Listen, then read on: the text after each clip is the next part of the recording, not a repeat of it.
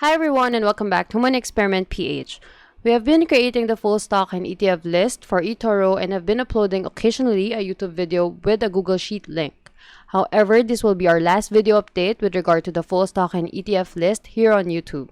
Instead, we will be providing our updates in our website moneyexperimentph.com in the future. There might be layout changes in the website, but for now, the updated list is up here. You will find the full stock list in the first tab and ETF list in the second tab.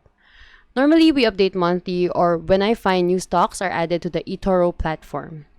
Please note that some stocks that are included in the list might be untradeable since the stock will appear as long as the instrument is in the eToro platform.